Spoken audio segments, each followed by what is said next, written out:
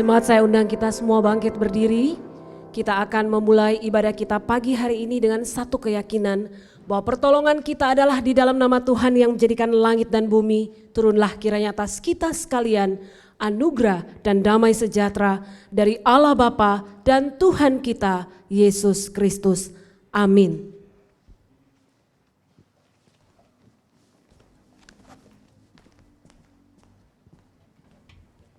Shalom jemaat yang terkasih, bersyukur hari ini kita bisa bersama-sama menyembah dan memuji Tuhan, walaupun kita tidak berjumpa secara langsung. Jemaat yang terkasih, hidup ini bukan tentang melihat masa depan dengan penuh kecemasan, tapi hidup ini tentang menikmati waktu yang ada bersama-sama dengan Tuhan. Mari dengan waktu yang ada ini, kita sama-sama memuji dan menyembah Tuhan kita. Haleluya to the Lamb. Haleluya, haleluya, bagi anak domba. Haleluya, haleluya, darahnya meneguhkan setiap lidah, suku bangsa, semua makhluk dan pulau. Berikan glory, berikan hormat, beri pujian bagi anak domba.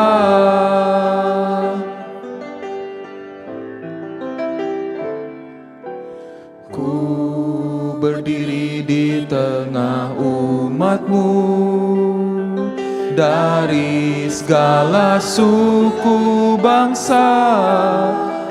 Kami umatmu yang telah ditebus dan telah diselamatkan.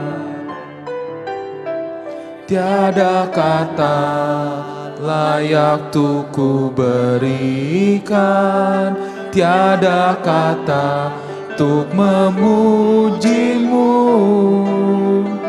tapi ku kan bersorak segenap hati dan kekuatanku.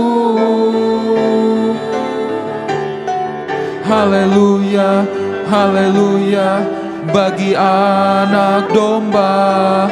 Haleluya, haleluya, darahnya meneguhkan setiap lidah, suku bangsa, semua makhluk dan pulau. Berikan glory, berikan hormat, beri pujian bagi anak domba. Haleluya to the Lamb. Haleluya, haleluya, bagi anak domba. Haleluya, haleluya, darahnya meneguhkan setiap lidah, suku bangsa, semua makhluk dan pulau. Berikan glory, berikan hormat, beri pujian bagi anak domba. Beri pujian bagi anak domba. Beri pujian bagi anak domba. Mari kita berdoa. Tuhan, terima kasih kalau hari ini sampai detik ini kami masih bisa dengan sehat berkumpul bersama keluarga kami masing-masing memuji dan menyembah Engkau Tuhan. Hari ini kami datang ke hadirat-Mu Tuhan, lembutkan hati kami siap mendengarkan firman-Mu Tuhan. Terima kasih Tuhan Yesus, amin. Jemaat dipersilahkan duduk. Jemaat yang dikasihi Tuhan, kita sudah diselamatkan hanya oleh darah Yesus. Tetapi pada kenyataannya, seringkali hidup kita masih menyakiti hati Tuhan. Sebentar lagi kita akan mengakui dosa-dosa kita. Mari kita nyanyikan lagu Hanya Oleh Darah Yesus.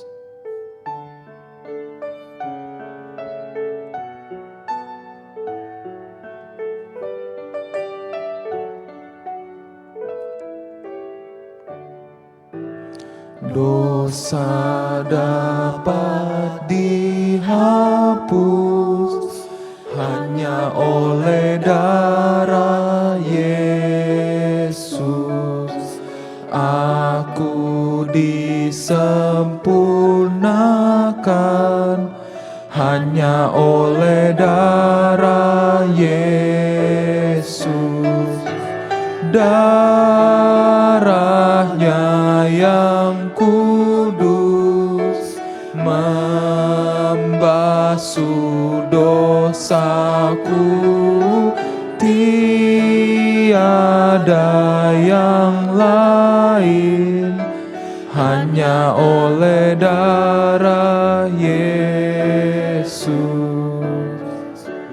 Put dari hukuman hanya oleh darah Yesus yang dapat selamatkanku, hanyalah darahnya Yesus. Darahnya yang kudus membasuh dosaku, tiada yang lain, hanyalah darahnya Yesus. Darahnya yang kudus membasuh dosaku, tiada yang lain, hanyalah darahnya Yesus.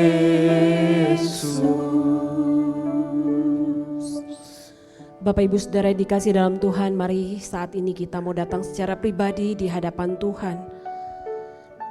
Kita mau datang mengaku setiap dosa dan pelanggaran yang kita lakukan, yang tidak memperkenankan hati Tuhan.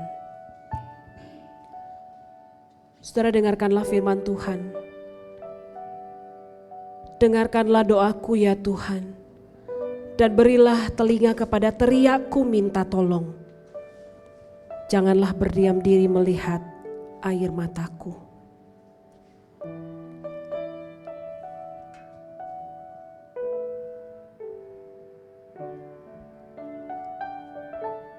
Pagi hari ini kami datang di hadapan hadirat-Mu ya Tuhan. Kami mau bawa setiap diri kami masing-masing pribadi lepas pribadi. Kami mau datang mengaku setiap dosa dan pelanggaran yang kami lakukan yang tidak memperkenankan hati Tuhan. Karena kami tahu bahwa Engkau adalah Allah yang Maha Tahu. Engkau adalah Allah yang mengenal setiap kami pribadi lepas pribadi. Meskipun keluarga kami, orang-orang di sekitar kami tidak tahu apa yang kami perbuat, tetapi Engkau Allah yang Maha Tahu. Engkau tahu apa yang kami lakukan ya Tuhan. Karena di hadapan Tuhan kami sesungguhnya terbuka dan telanjang di hadapan-Mu. Oleh karena itu pagi hari ini ya Tuhan,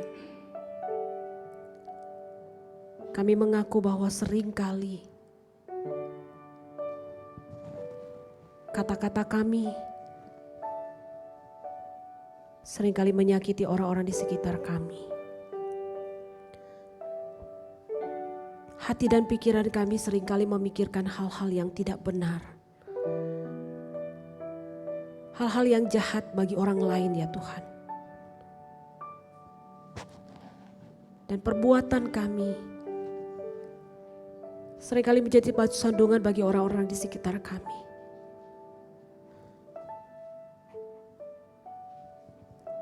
Pagi hari ini sekali lagi kami mohon belas kasihan Tuhan. Kiranya Engkau melayakkan dan menguduskan setiap kami ya Tuhan. Karena kami rindu Tuhan, waktu ini adalah waktu yang betul-betul kami boleh nikmati waktu bersama dengan Tuhan. Dan tidak ada satu dosa apapun yang menghalangi kami untuk kami boleh berjumpa dengan Tuhan pagi hari ini. Sekali lagi kami mohon belas kasihan anugerah-Mu bagi setiap kami ya Tuhan. Untuk Engkau boleh mengampuni setiap kami. Ini doa kami. Ini kerinduan kami ya Tuhan. Dan kami percaya bahwa Engkau mendengarkan doa kami. Bahkan Engkau melihat setiap tetesan air mata yang keluar dari mata kami. Dan kami yakini dengan iman kami bahwa darah-Mu di atas kayu salib telah membasuh dosa kami dan memberikan pengampunan-Mu bagi kami. Hanya di dalam nama Tuhan Yesus, Tuhan dan Juru Selamat kami yang hidup, kami berdoa, kami bersyukur. Amin. Jemaat yang dikasih dalam Tuhan, satu ayat firman Tuhan dari Ibrani pasal 8 ayat 12 menjadi ayat jaminan pengampunan dosa bagi kita sekalian yang berkata demikian. Sebab aku akan menaruh belas kasihan terhadap kesalahan mereka dan tidak lagi mengingat dosa-dosa mereka. Saudara, kita bersyukur untuk anugerah pengampunan yang boleh Tuhan berikan kepada kita. Karena ketika kita mengaku dengan jujur, dengan setulus hati kita, maka firman Tuhan tadi mengatakan bahwa Tuhan kita tidak akan pernah mengingat setiap dosa dan pelanggaran kita. Saya undang kita semua bangkit berdiri, mari bersama-sama dengan segenap umat percaya yang ada di segala tempat dan abad. Kita akan mengikrarkan pengakuan iman kita, seturut dengan pengakuan iman rasuli yang berkata demikian. Aku percaya kepada Allah, Bapa yang Maha Kuasa, Khalik langit dan bumi, dan kepada Yesus Kristus anaknya yang tunggal Tuhan kita, yang dikandung daripada Roh Kudus, lahir dari anak darah Maria, yang menderita sengsara di bawah pemerintahan Pontius Pilatus, disalibkan, mati dan dikuburkan, turun ke dalam kerajaan maut, pada hari yang ketiga, bangkit pula dari antara orang mati, naik ke surga, duduk di sebelah kanan Allah, Bapa yang Maha Kuasa, dan dari sana ia akan datang untuk menghakimi orang yang hidup dan yang mati. Aku percaya kepada Roh Kudus, gereja yang kudus dan am, persekutuan orang kudus, pengampunan dosa, kebangkitan tubuh, dan hidup yang kekal. Amin. Jemaat dipersilahkan duduk.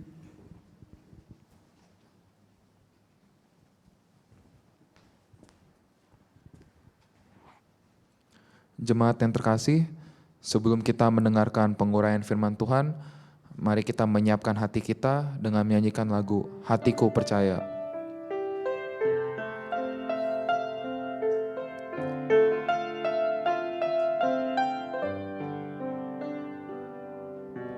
Saat ku tak melihat jalanmu, saat ku tak mengerti rencanamu, namun tetap ku pegang janjimu.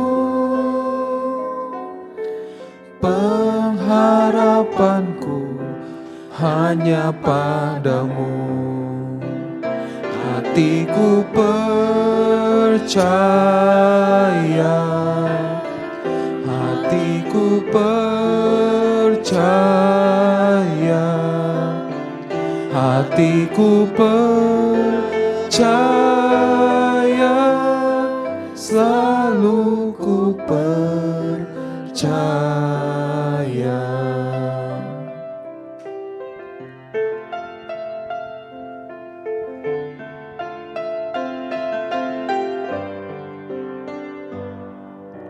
Saat ku tak melihat jalanmu, saat ku tak mengerti rencanamu, namun tetap ku pegang janjimu.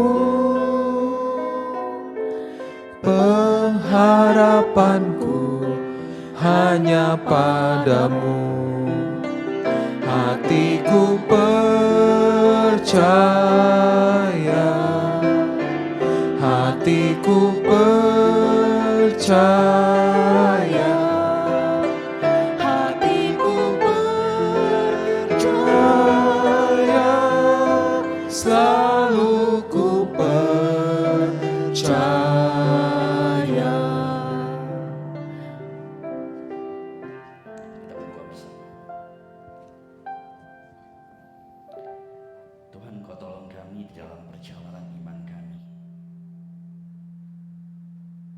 ada banyak hal yang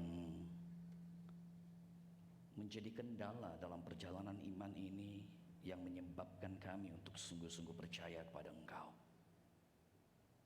Dan hamba sungguh berdoa Tuhan menolong, biarlah melalui kesempatan-kesempatan ibadah seperti ini ada suara Tuhan yang terus-menerus dinyatakan, ada suara Tuhan yang terus-menerus diberitakan, yang boleh meneguhkan kami di dalam perjalanan ini. Dan hamba sungguh berdoa biarlah Tuhan juga yang boleh mematraikan firman itu, mematraikan firman yang akan kami renungkan saat ini di dalam hidup kami pribadi lepas pribadi. Berdoa untuk setiap jemaat-jemaat-Mu yang ada di rumah. Tuhan, meskipun mereka mengikuti melewati streaming, tapi Tuhan tetap memberkati. Tuhan tetap menyatakan hadirat-Mu. Hamba sungguh berdoa, Tuhan berkatilah, berkatilah. Dengarlah permohonan kami saat ini dan kami sungguh datang kepada Engkau meminta anugerah-Mu. Hanya di dalam nama Tuhan Yesus kami berdoa. Amin. Jemaat sekalian, kita kembali akan melanjutkan pembahasan kita berkaitan dengan 7 tanda atau 7 mujizat di dalam Injil Yohanes. Dan saudara, hari ini kita akan masuk dalam mujizat yang kedua atau tanda yang kedua. Yohanes menggunakan kata tanda lebih daripada kata mujizat. Sebenarnya kata semea, kata tanda. Bagian yang kedua, tanda yang kedua, kita akan melihat dari Injil Yohanes pasal yang keempat. Ya, Injil Yohanes pasal 4. Teks itu sebenarnya adalah teks dari ayat 46 sampai ayat yang ke-54. Tapi saya akan membaca 2-3 ayat yang sebelumnya, yaitu mulai dari ayat 43. Jadi kalau saudara perhatikan, Yohanes pasal 4 ayat 1 sampai 42 itu Yesus berjumpa dengan perempuan di Samaria, perempuan Samaria. Dan kemudian ayat 43 Yesus mulai beralih dari Samaria, lalu dia masuk kembali ke Galilea. Ayat 43 saya akan bacakan. Dan setelah 2 hari itu Yesus berangkat dari sana ke Galilea. Sebab Yesus sendiri telah bersaksi bahwa seorang nabi tidak dihormati di negerinya sendiri. Maka setelah ia tiba di Galilea, orang-orang Galilea pun menyambut dia karena mereka telah melihat segala sesuatu yang dikerjakan di Yerusalem pada pesta itu. Ini merujuk kepada mujizat yang pertama atau tanda yang pertama. Sebab mereka sendiri pun turut hadir ke pesta itu. Ayat 46. Maka Yesus kembali ke Kana di Galilea, di mana ia membuat air menjadi anggur. Dan di Kapernaum ada seorang pegawai istana, anaknya sedang sakit. Ketika ia mendengar bahwa Yesus telah datang dari Yudea ke Galilea, pergilah ia kepadanya lalu meminta supaya ia datang dan menyembuhkan anaknya, sebab anaknya itu hampir mati. Maka kata Yesus kepadanya, jika kamu tidak melihat tanda dan mujizat, kamu tidak percaya.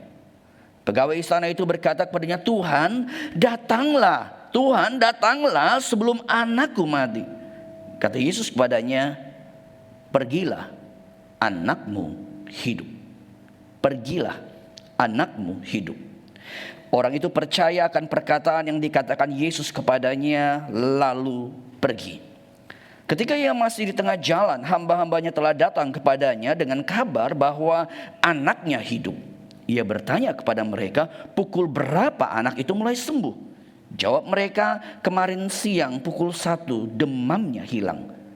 Maka teringatlah ayah itu bahwa pada saat itulah, pada jam itulah Yesus berkata kepadanya, anakmu hidup. Lalu ia pun percaya, ia dan seluruh keluarganya. Dan itulah tanda kedua yang dibuat Yesus ketika ia pulang dari Yudea ke Galilea. Saudara, saya hendak mengawali perenungan firman pada saat ini dengan satu kisah klasik ya.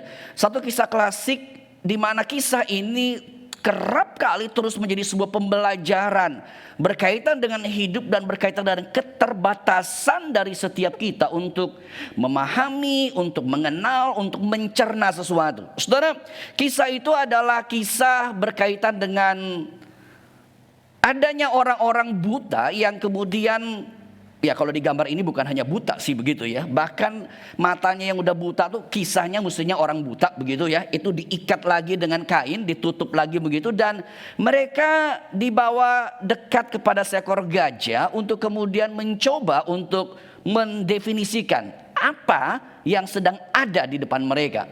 Saudara, di dalam kisah ini dikatakan ada beragam orang yang buta, ada yang memegang ke perut gajah tersebut dan dia merasa wah ini kayak tembok yang besar begitu ya. Ada yang kemudian dibawa ke atas memegang telinga gajah, dikatakan ini seperti satu kipas begitu.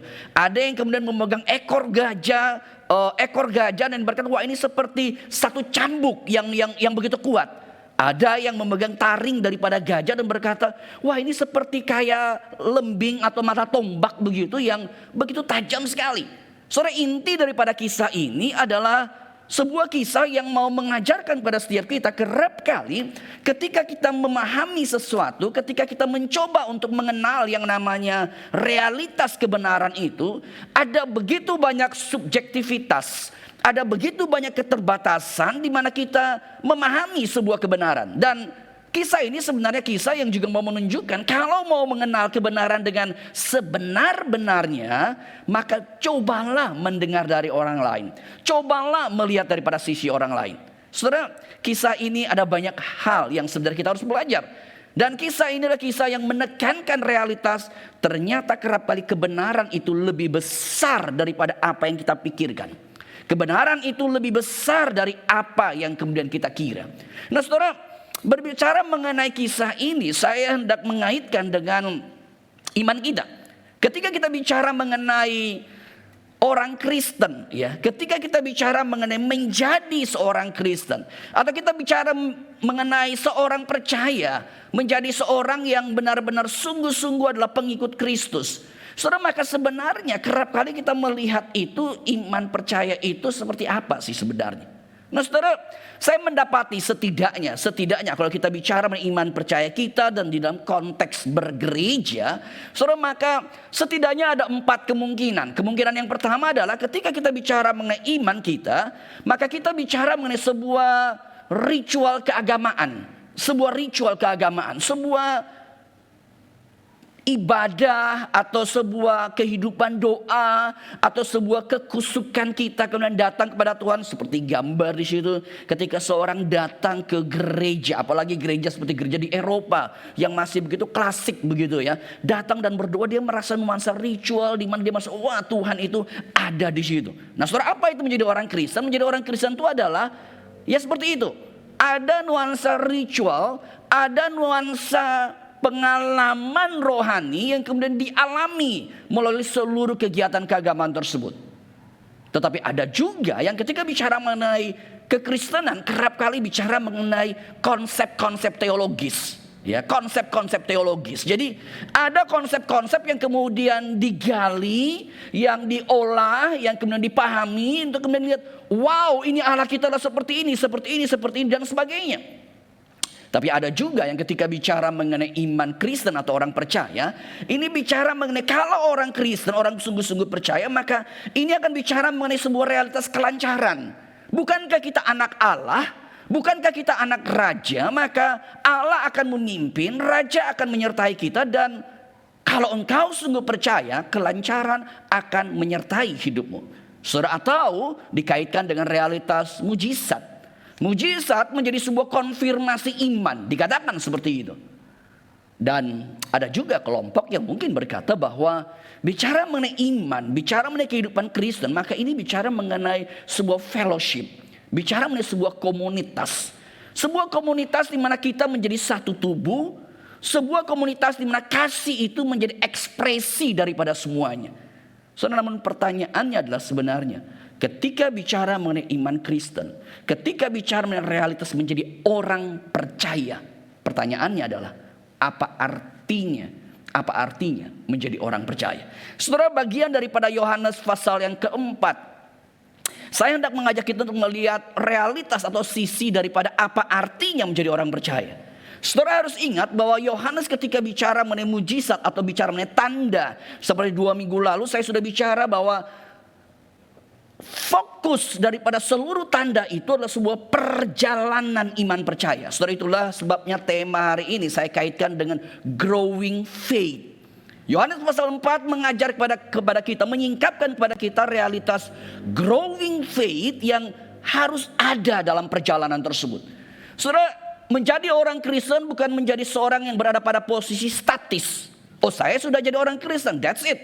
Atau saya sudah jadi pendeta, that's it. No. Kalau bicara mengenai menjadi orang Kristen, artinya saya harus keep growing. Saya harus terus bertumbuh. Proses yang terus menerus saya harus terus jalani. Saudara, itulah sebenarnya ketika bicara mengenai realitas iman Kristen. Saudara, saya akan mengajak kita melihat dari Yohanes pasal 4 ini dua hal besar. Dan saya tetap akan mencoba untuk melihat pertama dalam kategori berkaitan dengan historical, kondisi historis, dan yang kedua adalah saya tetap akan mengajak melihat dalam realitas teologis atau secara spiritual apa yang kita bisa pelajari. Hal yang pertama adalah berbicara mengenai konteks historis. Kalau kita melihat di dalam Yohanes pasal 4, bagian yang pertama yang hendak saya ajak kemudian kita lihat adalah, kalau saudara melihat setting itu, Yesus baru dari Samaria lalu dia kembali ke Yerusalem. Yesus sedang kembali ke Yerusalem, dan khususnya fokus dari Yohanes adalah Yesus kembali ke Kana, di mana Yesus melakukan mujizat yang pertama. Saudara, dan karena Yesus sudah melakukan mujizat di Kana, dan ketika Yesus kembali ke Yerusalem, kembali ke Galilea, kembali ke Kana, saudara, maka Alkitab mencatat dalam ayat 45 dan ayat 46, gerombolan orang itu, orang-orang di Galilea, mereka menyambut Yesus dengan meriah. Karena orang-orang ini dikatakan hadir dalam pesta tersebut. Dan bukan hanya orang-orang yang meriah, tapi ada royal officer, ada pegawai istana. Saudara, kata Yunani yang dipakai itu basilikos. Saudara, ini adalah sebuah kata yang menekankan orang ini bukan orang yang sembarang. Orang ini adalah orang yang punya posisi penting dalam pemerintahan pada waktu itu. Dia adalah seorang royal officer. Memang tidak dijelaskan pangkat dia apa, tapi intinya orang ini berbeda dengan orang-orang Galilea pada umumnya. Orang ini adalah orang yang terhormat, orang yang punya posisi begitu tinggi. Dan sekarang orang ini berhadapan dengan realitas anaknya sakit hampir mati. Dan dia mendengar, kemungkinan besar orang ini tidak hadir di dalam pesta di Kana. Jadi kalau kita perhatikan ada kelompok orang Galilea, mereka ikut pesta di Kana sehingga mereka menyaksikan apa yang terjadi. Dan mereka berbondong-bondong menyebut Yesus. Tapi royal officer ini, pegawai istana ini, kemungkinan besar dia tidak ikut, tapi dia mendengar. Karena kisah itu menjadi kisah yang ramai, dan kemudian berhadapan dengan anaknya sakit mau mati. Dan dia dengar Yesus datang. Dia berpikir, inilah sebuah opsi yang harus saya ambil. Saya percaya karena dia adalah seorang pegawai istana, tentu saja dia sudah menggunakan tenaga medis yang begitu banyak pada waktu itu. Saya percaya dia punya uang, dia punya posisi, dan dia sudah menggunakan mungkin tabib yang terbaik pada waktu itu, obat yang terbaik pada waktu itu. Tapi dia berhadapan pada kenyataan, anaknya kondisi itu drop, dan dia mencari Yesus. Pertanyaannya adalah, berhadapan dengan orang-orang seperti ini, orang yang menyambut dengan meriah. Galilea, orang-orang yang begitu menyambut Yesus. Orang yang kemudian merasa Yesus begitu hebat sekali. Pertanyaannya, respon seperti apa yang kemudian Yesus lakukan? Saudara, saya bayangkan kalau Yesus atau konteks itu kita pindahkan pada saat ini. Saya rasa kedatangan Yesus itu di Twitter ya, di Insta, di Facebook, wah udah rame benar ya. Itu Insta story-nya udah muncul di sana sini, dan wah orang begitu luar biasa. Kalau saya jadi Yesus, apa yang akan kita lakukan? Ini kan kesempatan banget kan, kita kepingin di like sebanyak mungkin begitu ya. Ini saya nggak tahu berapa banyak orang akan like. Tapi menarik sekali, Alkitab mencatat begini. Kondisi seperti ini yang Yesus lakukan adalah, saudara perhatikan beberapa ayat ini. Beberapa ayat ini memberikan penegasan Yesus justru dalam konteks seperti ini. Yesus berkata, seorang nabi tidak dihormati di negerinya sendiri. Yesus mengutip ayat itu. Yesus menegaskan seorang nabi tidak dihormati. Betul, seakan-akan dia disambut luar biasa. Tapi Yesus berkata seorang nabi tidak dihormati di negerinya sendiri. Dan Yesus bicara mengenai hidup yang akan dia jalani seterusnya. Dan bahkan Yesus bicara mengenai problem daripada melihat atau mendengar dan percaya. Ketika royal officer itu ketemu dengan dia, Yesus berkata, apa yang kamu mau lakukan? Mau melihat untuk percaya atau bagaimana? Dan saudara, isu daripada melihat atau mendengar dan percaya ini menjadi sebuah isu yang kental atau yang sangat penting dalam Injil Yohanes. Kalau saudara membaca dalam Yohanes 6 ayat 26, itu adalah kisah ketika Yesus membuat mujizat memberi makan 5.000 orang, dan orang-orang itu terus ikut Yesus. Dan ketika orang-orang itu ikut Yesus, Yesus kemudian berkata, kamu mencari aku bukan mencari tanda, tapi mencari aku supaya perutmu itu jadi kenyang lagi, supaya aku buat mujizat supaya mengenyangkan engkau. Saudara, dan itulah sebabnya kalau kita lihat setelah mujizat di Kana, saudara, Alkitab melanjutkan seperti ini. Yohanes 2, 23, 24. Yesus tidak mempercayakan dirinya pada orang-orang tersebut. Yesus tidak mempercayakan, dan mujizat yang Yesus lakukan masih banyak. Tetapi dikatakan Yesus tidak mempercayakan diri. Yesus artinya mereka datang mengejar Yesus, mencari Yesus, tapi Yesus tidak menyerahkan diri untuk kamu boleh percaya aku. Karena Yesus tahu mereka datang bukan mencari Yesus. Mereka datang untuk mengisi perut mereka, untuk mengisi kebutuhan-kebutuhan mereka, dan bukan mencari Tuhan. Saudara, dan itulah sebabnya Yesus berkata, kamu bukan datang mencari aku, tapi kamu hanya menginginkan mujizat. Menginginkan mujizat. Saudara, dan kalau kita melihat dalam Yohanes 20 ayat 29, ketika Yesus bangkit, para murid-muridnya kaget ketika Yesus bangkit. Dan di antara para murid itu dicatat nama Thomas yang berkata, kalau aku tidak mencucukkan jariku pada bekas lukanya, pada tangannya, pada lambungnya, maka aku tidak akan percaya. Dan Yesus menampakkan diri kepada Thomas dan berkata, Thomas, silakan cucukkan. Dan Yesus berkata kepada Thomas, karena engkau telah melihat maka engkau percaya, Thomas. Berbahagialah mereka yang tidak melihat namun percaya. Saudara, apa yang terjadi di sini? Di dalam konteks ini kita berhadapan dengan sebuah realitas bahwa Yesus sedang menyadari begitu banyak orang yang ikut dia. Tapi orang-orang ikut dia bukan karena dia. Tapi orang-orang itu ikut dia karena ingin memuaskan perutnya. Ingin memuaskan keinginan mereka dengan beragam mujizat tersebut. Saudara, di sini kita harus berhati-hati. Apa artinya kita percaya kepada Tuhan? Apa artinya kita datang beribadah? Apa artinya kita menjadi orang Kristen? Saudara, ketika kita menjadi orang Kristen, kita punya beragam kebutuhan yang kita mesti hati-hati. Jangan replace, jangan mengganti kebutuhan itu menjadi sentralnya. Kebutuhan itu menjadi fokusnya. Sehingga perjalanan iman adalah sebuah perjalanan untuk memenuhi kebutuhan itu. Perjalanan iman adalah sebuah perjalanan untuk memuaskan diri saya. Perjalanan iman adalah perjalanan yang memuaskan mata saya, memuaskan perut saya, memuaskan ambisi saya. Nah, saudara, ini menjadi problem. Ini menjadi problem. Saudara, ketika saudara dan saya menjadi orang Kristen, ingat baik-baik. Mengapa saya jadi orang Kristen? Karena tanpa sadar pemuasan itu, kerinduan untuk dipuaskan itu begitu banyak. Saya ketika berhadapan dengan hal-hal yang mengecewakan kita, kita dengan gampang berkata, saya tinggalkan gereja, saya tinggalkan Tuhan. Saudara, kenapa kita bisa kecewa? Saudara, kita kecewa karena kita punya sebuah pengharapan, ekspektasi. Oh, mesti begini, mesti begini, mesti begini, mesti begini. Ketika berhadapan dengan yang mesti begitu tidak memuaskan saya, maka oke. Sampai ketemu, sampai jumpa. Saya bisa pergi, saya bisa tinggalkan. Saudara, disinilah perjalanan iman. Kita berhadapan dengan sebuah realitas yang kita mesti berhati-hati. Kenapa Yesus tidak mempercayakan dirinya kepada orang-orang pada waktu itu? Karena Yesus melihat sebuah problem yang serius. Saudara, saya ingin kembali melihat di dalam bagian yang tadi ketika saya sampaikan. Silakan boleh dapat kembali kepada PowerPoint. Saudara, kalau saudara kemudian melihat di dalam 4 bagian tadi ini.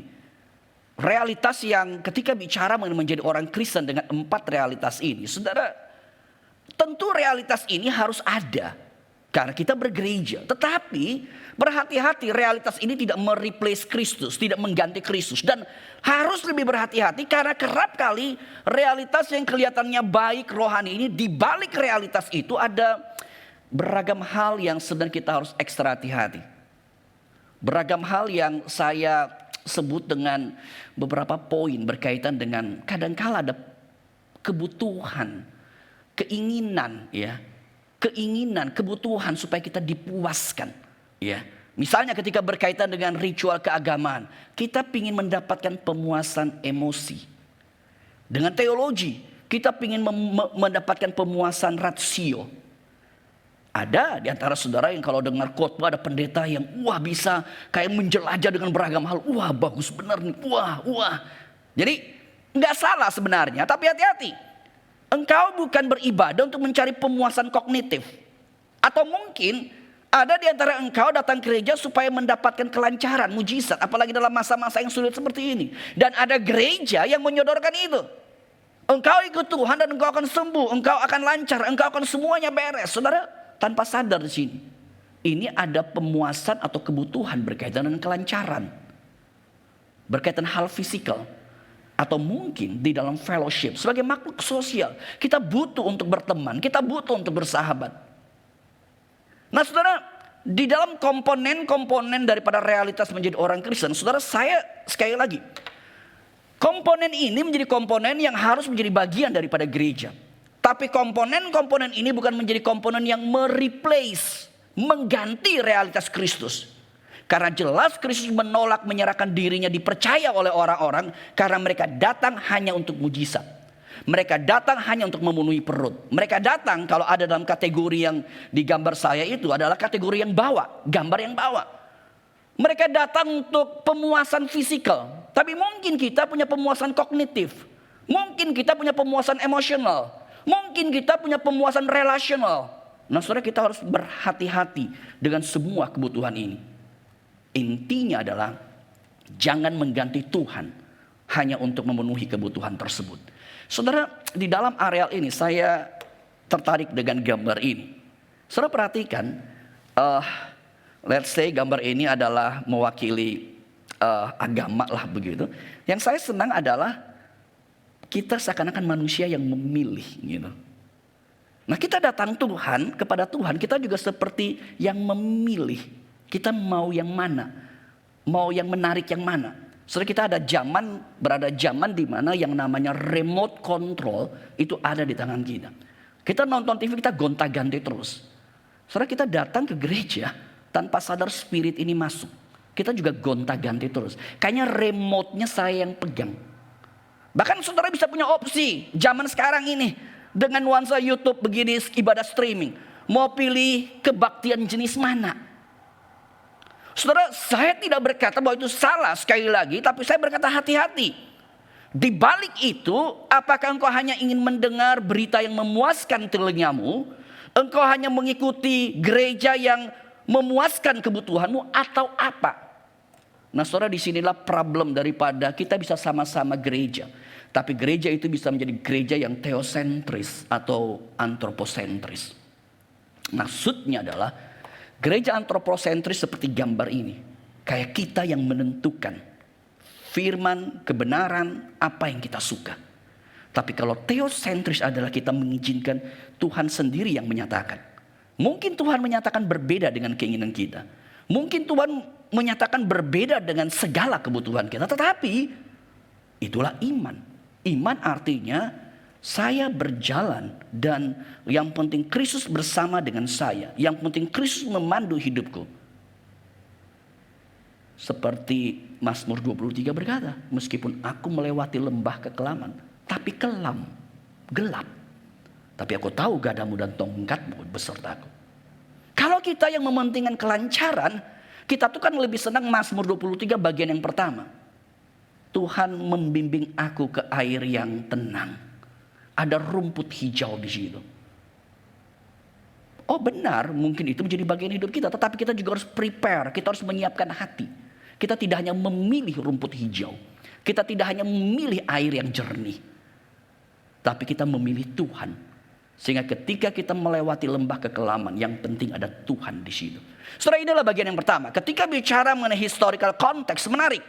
Yesus datang, Galilea dan orang-orang menyambut luar biasa. Tapi Yesus tidak mempercayakan dirinya. Bahkan Yesus berkata seorang nabi ditolak di negaranya sendiri.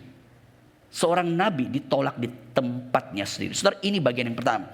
Bagian yang kedua adalah saya ingin mengajak kita melihat berkaitan dengan realitas teologis. Apa makna spiritual atau makna teologis yang kita bisa lihat daripada kisah daripada Yohanes pasal 4 tersebut. Saudara, saya kembali ingin mengingatkan ketika bicara mengenai Yohanes pasal 4.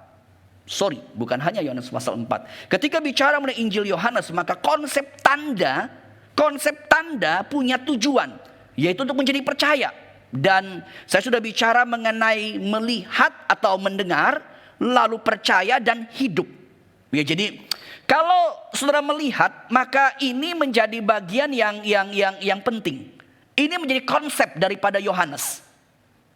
Jadi kalau saudara perhatikan di sini, ini menjadi konsep yang harus tetap ingat. Yohanes pasal 2, Yohanes pasal 20 bagian akhir. Yohanes pasal 2 bagian yang pertama dari membuat tanda Yesus. Yohanes 20 bagian terakhir daripada kisah Yohanes. Maka Yohanes memberikan beberapa prinsip di situ. Yaitu melihat, percaya, hidup. Itu menjadi temanya. Nah, saudara, dalam konteks ini saya ingin mengajak kita kemudian melihat dalam Yohanes pasal 4. Yohanes pasal 4 kisah mengenai anak itu mengalami kesembuhan. Tapi kalau saudara membaca, menarik. Ini kisah mujizat, tapi fokusnya, angle daripada cerita itu bukan di mujizatnya sebenarnya, tapi ke peristiwa papanya. Jadi tidak dikisahkan atau dieksplor mujizat itu seperti apa, tapi dieksplor sebuah perjalanan iman daripada sang ayah tersebut. Sehingga kisah ini adalah kisah mujizat, tapi kisah ini lebih tepatnya adalah sebuah kisah perjalanan iman. Dan di sini ini menjadi bagian penting. Mujizat, selalu ingat, hanya menjadi sebuah tools, hanya jadi sebuah alat supaya perjalanan iman itu kita bisa bertumbuh. Seluruh hidup kita, apapun yang kita alami, ingatlah itu hanya sebuah tools supaya apa? Journey of faith. Kita bisa jalanin itu. Dan yang penting dalam journey itu kita bisa growing. Kalau saudara lihat dalam Yohanes 4, saya coba untuk melihat ada beberapa titik di situ. Kalau saudara melihat seperti ada episode, ya. Bagian pertama, royal officer itu dia datang menjumpai Yesus. Dia tidak melihat tapi dia mendengar. Ketika dia mendengar dan ketika dia datang, setidaknya benih iman itu ada di situ. Melihat itu di replace dengan mendengar. Tapi kalau saudara kemudian melihat dalam bagian yang kedua di situ, ada percaya di situ. Ada percaya di situ. Jadi ada bagian di mana dia mulai interaksi dengan Yesus, mulai percaya. Dan bagian akhir nanti di situ kita melihat ternyata dia itu kemudian dia percaya dan dia dengan seisi rumahnya kemudian menjadi percaya. Stepnya seperti itu. Seperti ada 3 tahapan daripada percaya. Nah, saudara, kalau kemudian kita melihat, ya, kalau kita melihat di dalam tahapan itu yang jadi atau yang paling penting adalah terjadi yang namanya personal encounter. Jadi ini adalah sebuah realitas di mana pegawai istana itu berjumpa dengan Yesus secara pribadi dan mengalami sebuah dialog. Dia bukan hanya mendengar, tetapi kali ini dia berjumpa secara pribadi. Dan saudara, ini menjadi bagian yang penting dalam perjalanan iman. Perjalanan iman, personal encounter ini begitu penting. Ayub 42 ayat yang ke-5, ada satu kalimat yang sangat indah. Setelah Ayub lewati semua masalah, Ayub kemudian berkata, sekarang bukan saja dari kata orang aku mendengar, tapi mataku melihat sendiri akan Tuhan. Saudara, ini personal encounter. Seperti kebanyakan kita yang mungkin menjadi orang Kristen dari kecil, kita hanya dengar dari papa kita. Kita hanya dengar dari sekolah minggu. Kita hanya diajak oleh teman kita, diajak oleh mungkin pacar kita yang jadi suami atau istri kita saat ini. Tetapi perjalanan iman adalah perjalanan bukan karena diajak, bukan karena didengar, tapi di situ terjadi personal encounter. Personal encounter ini penting untuk growing, untuk pertumbuhan iman. Kalau ini tidak terjadi, kalau kita tidak mengalami dalam hidup ini perjumpaan secara pribadi dengan Tuhan, personal encounter itu, saudara, maka iman kita hanya menjadi iman yang katanya. Iman yang hanya kata orang, bukan imanku. Atau bahkan iman yang hanya kata Alkitab, bukan imanku. Nah saudara, Yohanes pasal 4 adalah sebuah perjalanan iman di mana royal officer ini berjumpa dengan Kristus. Dan dia mengalami yang namanya personal encounter. Dan saudara, kalau kita melihat lebih lanjut dalam personal encounter ini, saudara, Yohanes itu mencoba, kalau saudara perhatikan, Yohanes mencatat ya kalimat daripada royal officer, pegawai istana, dan kalimat dari Yesus, kalimat dari Kristus. Saudara, itu menjadi sebuah kalimat yang seperti saling kontradik, ya, saling berlawanan. Nah saudara, ini yang kemudian saya lihat dan saya dapatin, personal encounter itu selalu atau kerap kali perjalanan iman bersifat pribadi. Kerap kali kita akan menjumpai dengan realitas yang namanya contradictory encounter. Jadi kembali kepada slide. Saudara, kalau saudara perhatikan, maka di dalam realitas pertanyaan pegawai istana dan jawab Yesus, dia berkata begini, Tuhan, datanglah sebelum anakku mati. Dan ini sesuatu yang normal. Kalau dia mau anaknya sembuh, Yesus harus dibawa supaya menyembuhkan anak itu. Dan anak itu sembuh. Tapi menarik sekali, jawaban Yesus adalah, aku gak datang. Kamu yang pulang pergi. Dan anakmu itu akan hidup. Saudara, ini ada kalimat kata-kata yang kontradik, ya, kalimat yang berseberangan, kata yang berseberangan. Pegawai itu istana berkata datang, Yesus berkata enggak, kamu pergi. Kamu pergi. Maksudnya saya tidak bisa membayangkan nih, kalau saudara minta saya datang ke rumah saudara mendoakan anakmu, saya berkata enggak, kamu pergi. Ini gembala kayak apa begitu jadinya? Gembala kan saya enggak minta aja, lu dengar aja mesti datang. Iya kan? Tetapi Yesus diminta datang, Yesus berkata enggak, kamu pergi. Kamu pergi, begitulah jadinya. Saudara, realitas perjalanan iman, saya harus katakan, perjalanan iman yang sejati adalah sebuah perjalanan dalam sebuah realitas hidup yang penuh dengan contradiction. Kenapa contradiction? Karena kita tuh seperti punya kebutuhan, dan kerap kali kebutuhan kita itu terlalu manusiawi. Tuhan hendak membentuk kita supaya kita mengerti bahwa perjalanan iman itu bukan seperti itu.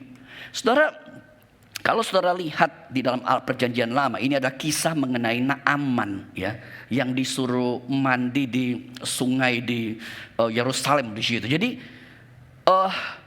Naaman dia adalah panglima Aram, ya, negara yang besar waktu itu, negara yang penuh kuasa waktu itu, dan dia panglima yang besar, tetapi dia mengalami sakit kusta. Nah pada waktu itu dikisahkan ada seorang pembantu perempuan anak kecil gitu yang berkata, itu di Israel di situ itu ada nabi di situ. Kamu pergi dan biarkan supaya kamu kemudian disembuhkan. Akhirnya dia pergi. Saudara, tetapi ketika dia pergi, Alkitab mencatat si Elisa kemudian berkata, oke, sekarang lu pergi ke sungai di sana, lu cemplung dah 7 kali di situ dan kamu akan sembuh. Saudara, Naaman seorang panglima besar datang jauh-jauh dari Aram ke Israel. At least lu ada tumpang tangan, kayak ada seperti kata-kata apalah begitu jadinya. Tetapi Elisa gak ketemu sama sekali. Cuman hanya suruh bujang dia pergi ketemu si Naaman di luar itu. Udah lu pergi mandi di sungai tersebut. Saudara, dan Alkitab mencatat begini, 2 Raja-Raja 5:11-12. Ketika Naaman pergi, dia pergi dengan gusar, marah sekali.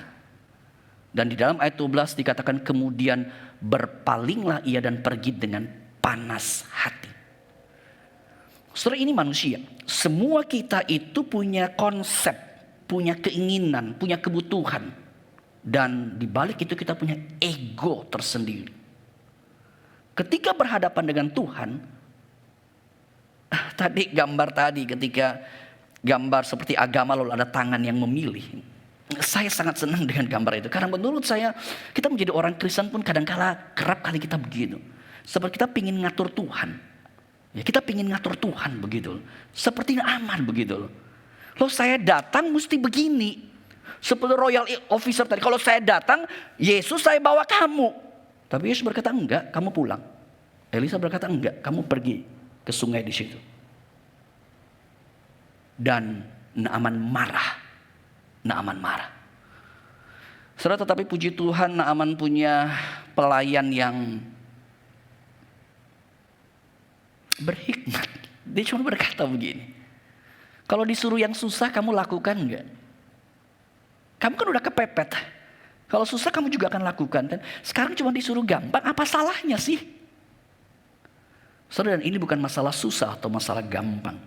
Tapi ini masalah iman adalah sebuah ketaatan kepada Tuhan.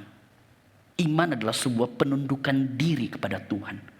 Iman adalah bukan hanya datang dan atur Tuhan, tapi datang dan membawa diri sebagai manusia yang tunduk kepada Tuhan, yang adalah Tuhan kita. Tuhan kita. Saudara, boleh dapat balik ke PowerPoint kembali. Saudara, kalau saudara perhatikan, inilah yang kemudian yang terjadi di situ. Saudara, ketika datang kepada Tuhan dan saudara mau masuk dalam perjalanan iman, sangat mungkin segala hal ini tidak terjadi. Tadi saya katakan hal ritual ada kebutuhan emosional. Sangat mungkin saudara ikut Tuhan, kebutuhan emosional tidak terjadi. Kamu kering. Kamu tidak punya kegairahan rohani, tetapi keep going. Itulah perjalanan iman. Itulah perjalanan iman. Sangat mungkin kamu datang ke gereja menjadi orang Kristen dan konsep-konsep kamu itu tidak bisa diselesaikan. Logikanya kayak gak matching gitu loh. Tapi disitulah undangan untuk perjalanan iman. Untuk tetap percaya. Meskipun saya gak bisa ngerti. Atau barangkali di situ adalah ketika bicara mengenai engkau berhadapan dengan ketidaklancaran hidup. Kerap kali dalam pertanyaan adalah kenapa Tuhan izinkan semua masalah ini? Kenapa hidup susah? Kenapa hidup begini? Saudara, memang betul kita tetap berharap Tuhan memberkati, berikan kelancaran. Tapi kalaupun tidak ada kelancaran, apakah kita tetap akan percaya? Dan bahkan kalau fellowship kita hancur, teman kita mungkin jadi tidak suka dengan kita. Kita bahkan dibenci oleh orang. Apakah kita akan tetap percaya? Saudara, growing daripada faith ada dalam realitas contradictory life.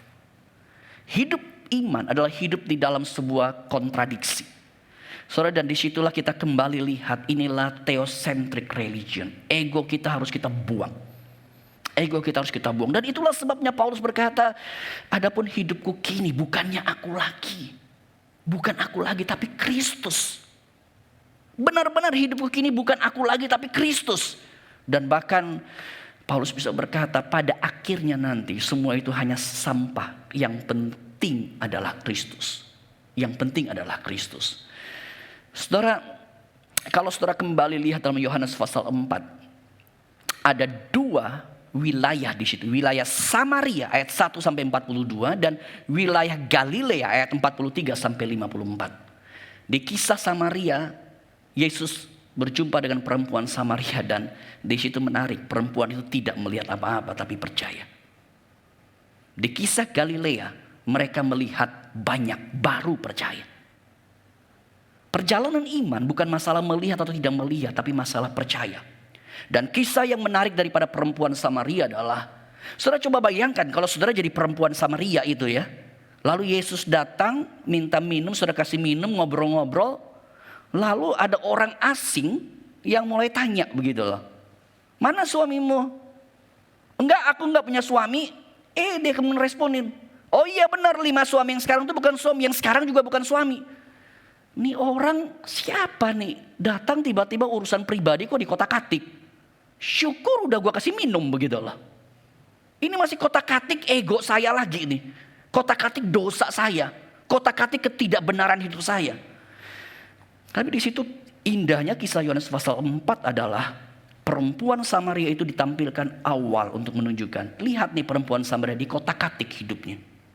Tapi dia mau percaya. Bagaimana dengan orang Galilea? Benarkah mau sungguh percaya? Siapkah engkau dikotak-atik hidupmu? Saudara, kita kerap kali mau jadi orang Kristen, kita nggak mau masalah internal kita tuh dikotak-atik. Itulah sebabnya kita selalu sembunyi. Kita tidak mau tunjukin itu. Dan kita selalu tampil datang ke gereja kayaknya baik-baik semua, rohani semua begitu. Saudara, perjalanan iman adalah perjalanan di dalam realitas ini.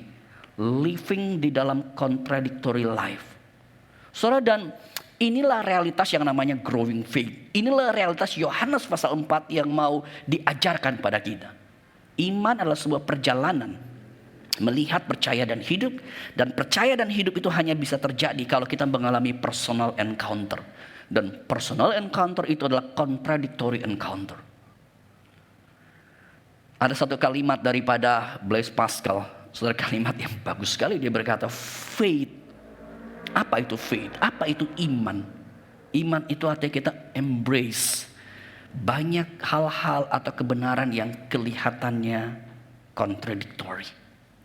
Hal-hal yang kelihatan berbeda. Disitulah yang namanya iman. Perjalanan iman adalah perjalanan ketika berhadapan dengan contradictory life.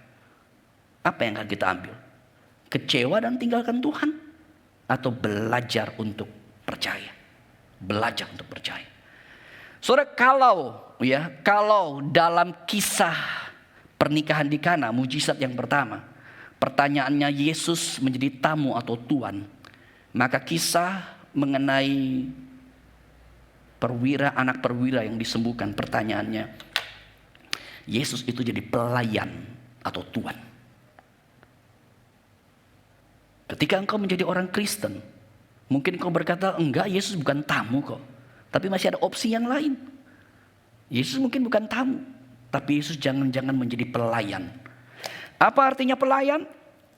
Yesus harus memenuhi kebutuhanku.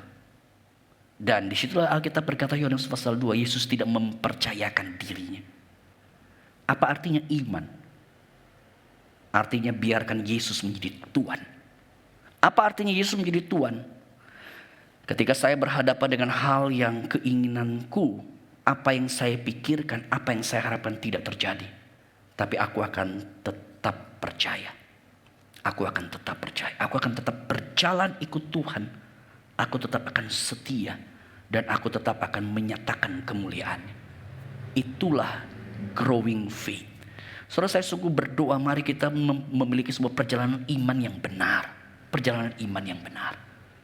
Tuhan memimpin kita dan Tuhan semakin menjadi Tuan atas hidup kita pribadi lepas pribadi. Kita berdoa. Tuhan, bersyukur untuk apa yang boleh kami dengar. Dan hamba sungguh berdoa, Roh Kudus tolong. Supaya firman itu menjadi firman yang terus berbicara dalam hidup kami. Dan kami berjalan untuk sungguh-sungguh percaya kepada Engkau. Peliharalah perjalanan iman kami. Peliharalah perjalanan iman kami. Dengar doa kami Tuhan. Hanya dalam nama Tuhan Yesus kami berdoa. Amin.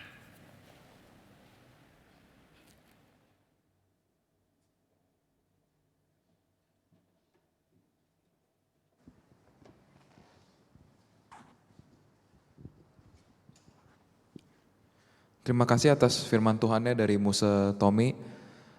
Sebentar lagi sebelum kita memberikan persembahan, kita akan mendengarkan persembahan pujian dari Paduan Suara Kaleb. Persembahan akan dilakukan secara virtual dengan scan QR. Mari ditampilkan.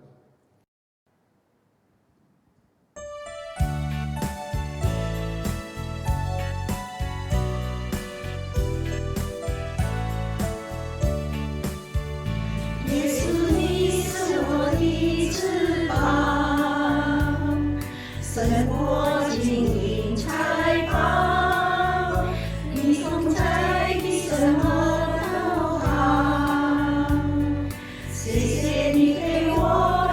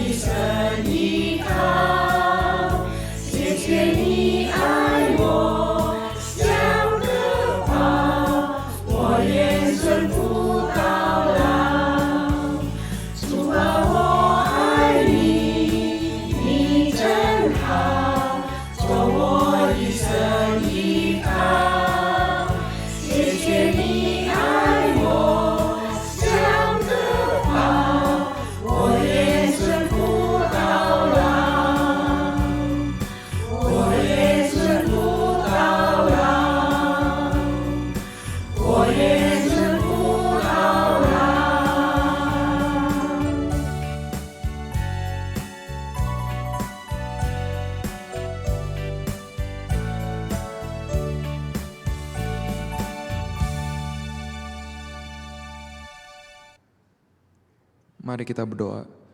Tuhan, terima kasih atas firman-Mu hari ini. Kiranya Engkau yang memberkati agar firman itu tidak hanya lewat tetapi menjadi rema dalam kehidupan kami. Tuhan, kami sudah memberikan apa yang kami punya, kiranya Engkau pergunakan untuk memperluas kerajaan-Mu. Terima kasih Tuhan Yesus, kami telah berdoa ucap syukur. Amin. Sekarang kita akan mendengarkan warta jemaat.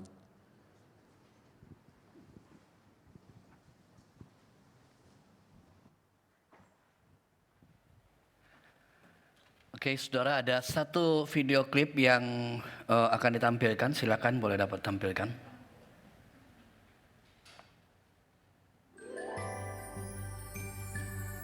Shalom jemaat yang dikasih dalam Tuhan, tidak terasa sebentar lagi kita akan merayakan Natal.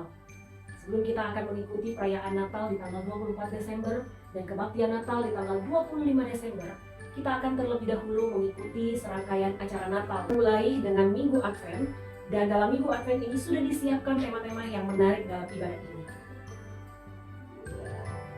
Dalam ibadah Minggu Advent ini seperti biasa kita akan menyalakan lilin Advent. Kali ini kami juga merindukan jemaat untuk ikut ambil bagian dalam penyalaan lilin Advent ini.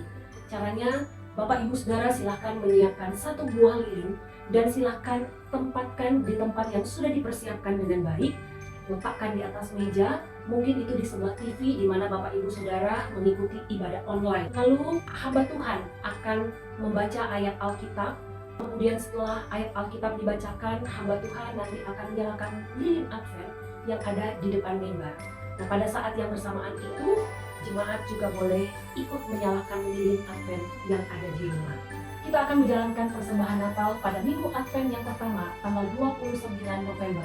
Caranya, silakan Bapak Ibu Saudara scan QR code yang ada di layar kaca TV, laptop, atau handphone saudara, atau transfer di nomor rekening gereja dengan mencantumkan kode unik di belakang jumlah persembahan saudara, yaitu angka 25 dengan contoh berikut ini.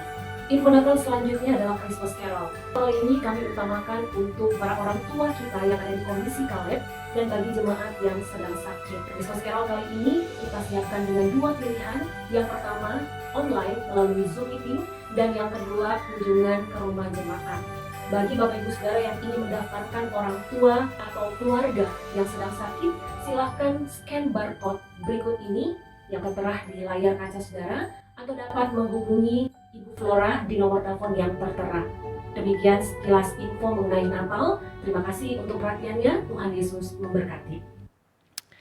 Saudara, hari ini sudah tanggal 15 November. Saudara, sebentar lagi kita akan memasuki akhir daripada bulan November ini dan kita akan kemudian masuk di dalam awal daripada Desember, dan artinya Christmas itu sudah sangat dekat sekali. Saudara, saya sangat berharap mari kita siapkan hati kita Saudara, di tengah-tengah seluruh kesibukan kita, ambil waktu juga untuk mendoakan Natal. Nanti sebentar kita akan berdoa bersama. Juga siapkan hati di dalam masa-masa Advent. Dan saudara, akhir tahun juga menjadi kesempatan di mana kita membawa persembahan kita kepada Tuhan.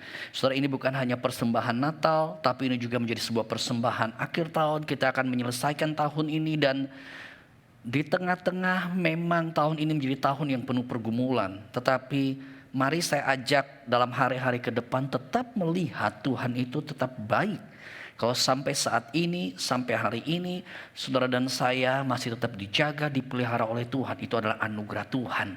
Dan di dalam pekerjaan memang ada banyak hal yang menjadi pergumulan, tetapi tetap juga melihat ada kekuatan Tuhan, ada kebaikan Tuhan di situ. Dan saudara, saatnya mari saya juga mengajak tetap mendorong kepada kita untuk juga boleh membawa persembahan Natal kita, persembahan akhir tahun kita. Dan ingat, persembahan Natal endingnya itu adalah 25. Jadi ketika saudara transfer jumlah sekian lalu diakhiri dengan angka 25, sehingga bagian keuangan gereja dapat mengetahui dan dapat menempatkan dana itu untuk alokasi daripada di dalam pelayanan Natal yang kemudian kita lakukan. Saudara, Tuhan memberkati setiap saudara, Tuhan memimpin setiap saudara, dan siapkan hati di dalam menjelang Natal pada tahun ini. Saudara, kemajelisan ya, kami tetap terus informasikan kepada saudara supaya saudara boleh mendoakan dalam kemajelisan yang kami tim seleksi sedang menseleksi nama-nama calon majelis tersebut. Tolong doakan biarlah sungguh mereka yang nantinya menjadi calon majelis, mereka boleh menjadi calon majelis yang boleh sungguh-sungguh sehati dan punya hidup yang serupa Kristus dalam semua panggilan pelayanan ini.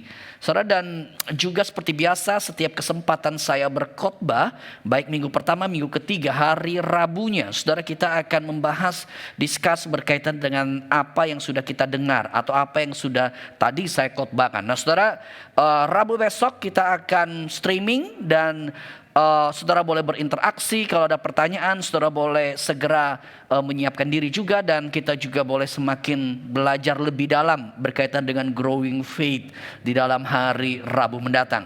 Dan beberapa activity mingguan daripada gereja ini. Hari ini saudara, sekolah minggu akan merayakan ulang tahun yang ke-27. Kita bersyukur penyertaan Tuhan. Kita juga akan pakai berdoa untuk sekolah minggu nanti, sehingga anak-anak boleh dapat bertumbuh di dalam iman. Dan guru-guru, saudara, saya mengapresiasi guru-guru kita. Saudara, ketika saya melayani tempat ini baru beberapa bulan, salah satu impresi yang paling dalam sekali adalah saya melihat guru-guru sekolah minggu luar biasa mereka melayaninya. Tuhan tetap teguhkan saudara semua menjadi guru sekolah minggu yang sungguh terus menyukakan hati Tuhan. Saudara, dan juga hari Selasa besok akan ada persekutuan Kaleb.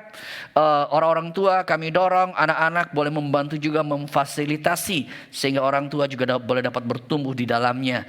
Kemudian juga dengan komisi wanita juga boleh dapat join bersama di dalam komisi wanita yang akan dilakukan by Zoom juga hari Jumat mendatang. Saudara, demikian beberapa hal yang perlu kami sampaikan, dan dengan berkaitan dengan hamba-hamba Tuhan di situ kami tampilkan lagi, karena di situ ada satu penginjil yang baru, penginjil Dorcas. Itu mahasiswa praktek dari STRII. Saudara boleh dapat itu menjadi bagian pelayanan juga. Nomornya kami tampilkan, sehingga kalau saudara perlu, saudara boleh menghubungi penginjil Dorcas. Penginjil Dorcas masih masa karantina, jadi belum bisa kami introduce, kami perkenalkan kepada saudara semuanya. Saudara, demikian hal-hal yang perlu kami sampaikan dalam ibadah ini. Mari kita bangkit berdiri bersama. Saudara, sebelum mengakhiri ibadah ini, saya akan mengajak kita berdoa beberapa hal, tiga hal ya. Saudara, yang pertama kita berdoa untuk sekolah minggu nanti ya. Kita berdoa untuk sekolah minggu nanti, ulang tahun yang ke-27. Tuhan memberkati, Tuhan memimpin acara ini, para guru sekolah minggu anak-anak.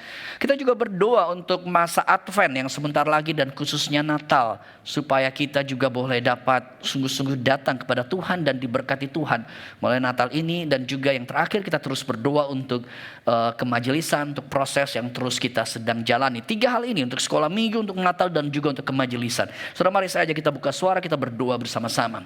Bapa di dalam surga, pada saat ini kami sungguh datang pada Engkau dan kami sungguh berdoa memohon khususnya untuk sore nanti ketika sekolah minggu akan bersuka cita 27 tahun Tuhan sudah menyertai.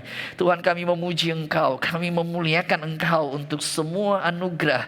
Dan bahkan ada begitu banyak anak-anak sekolah minggu yang dulu dan sekarang sudah bertumbuh, bahkan mungkin ada di antara mereka yang menjadi majelis di tempat ini, bahkan melayani di beragam tempat. Kami sungguh bersyukur dan kami berdoa untuk anak-anak saat ini Tuhan pelihara sehingga mereka boleh terus bertumbuh imannya, sehingga mereka juga di dalam masa akan datang nanti boleh menjadi pelayan-pelayan Tuhan yang dipakai Tuhan. Berdoa untuk para guru-guru, Tuhan berkati. Terima kasih untuk guru-guru yang luar biasa dalam dedikasi mereka.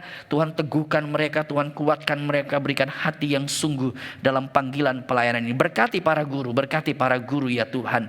Dan kami juga berdoa untuk sebentar lagi kami akan mengakhiri Desember ini dan masuk di dalam masa-masa Advent. Tuhan, siapkan hati kami sehingga kami juga punya hati yang sungguh mau menyambut Tuhan.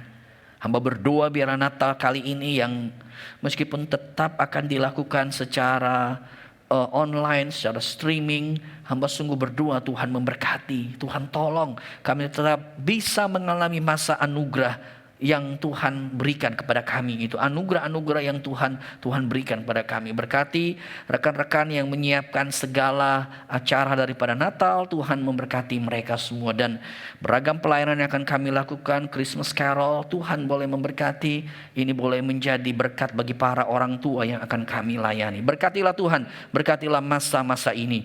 Dan juga kami berdoa Tuhan untuk para majelis. Kami bersyukur untuk rekan-rekan majelis yang sudah setia melayani hampir 3 tahun ini. Tuhan memberkati mereka. Dan kami sedang mempersiapkan untuk ke majelis yang baru. Tuhan, Engkau yang tahu isi hati manusia. Karena Tuhan tolong tuntun hati kami. Tuhan tuntun diri kami di dalam proses seleksi yang dilakukan ini. Sehingga kami rindu majelis-majelis yang terpilih nanti boleh menjadi majelis yang fokus kepada Tuhan. Majelis yang punya hati Tuhan, dan majelis yang boleh bersahati dalam melayani bersama di dalam periode ke depan ini. Hamba sungguh berdoa Tuhan, berkati proses yang akan kami jalani ini. Berkati juga setiap jemaat-jemaat Tuhan, mereka yang bergumul. Tuhan, ada jemaat-jemaat yang bergumul dengan sakit penyakit mereka. Tuhan, tolong jamah, tolong lawat mereka dan berikan kekuatan iman kepada mereka untuk menjalani hari-hari tersebut. Ada jemaat yang bergumul dengan masalah finansial. Tuhan, Engkau juga memberkati ketika kondisi ekonomi yang tidak baik. Kami hanya minta anugerah Tuhan. Ada jemaat yang juga khawatir dengan beragam hal. Bahkan mereka yang juga bergumul dengan teman hidup mungkin, atau anak-anak dengan masa depan studi. Sungguh berdoa memohon Tuhan, Engkau juga memberkati. Engkau juga boleh bersama dengan jemaat-jemaat-Mu. Berkatilah Tuhan, berkati. Hamba sungguh berdoa Tuhan memberkati. Dengarlah doa kami, dengar permohonan kami Tuhan. Hanya di dalam nama Tuhan Yesus kami berdoa. Amin. Doksologi. Puji Allah Bapa Putra, puji Allah Roh Kudus, ketiganya yang esa. Mohon selamat sumber berkat.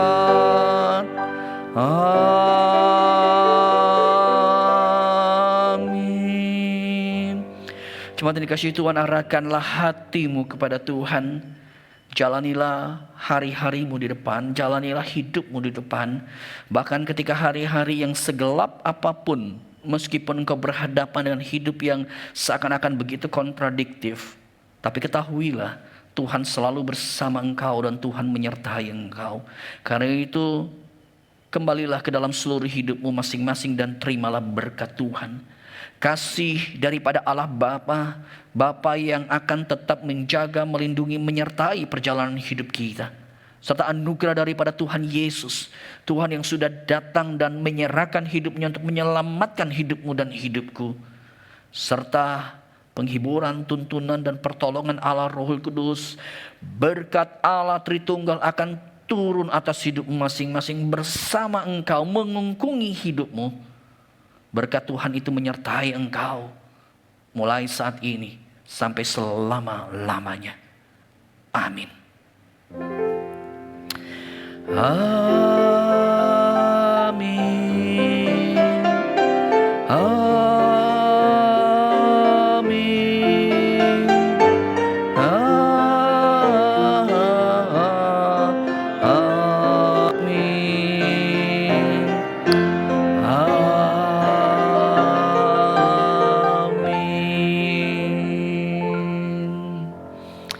Jemaat terus duduk kembali, doa tuduh dan Tuhan berkati. Selamat hari Minggu. Thank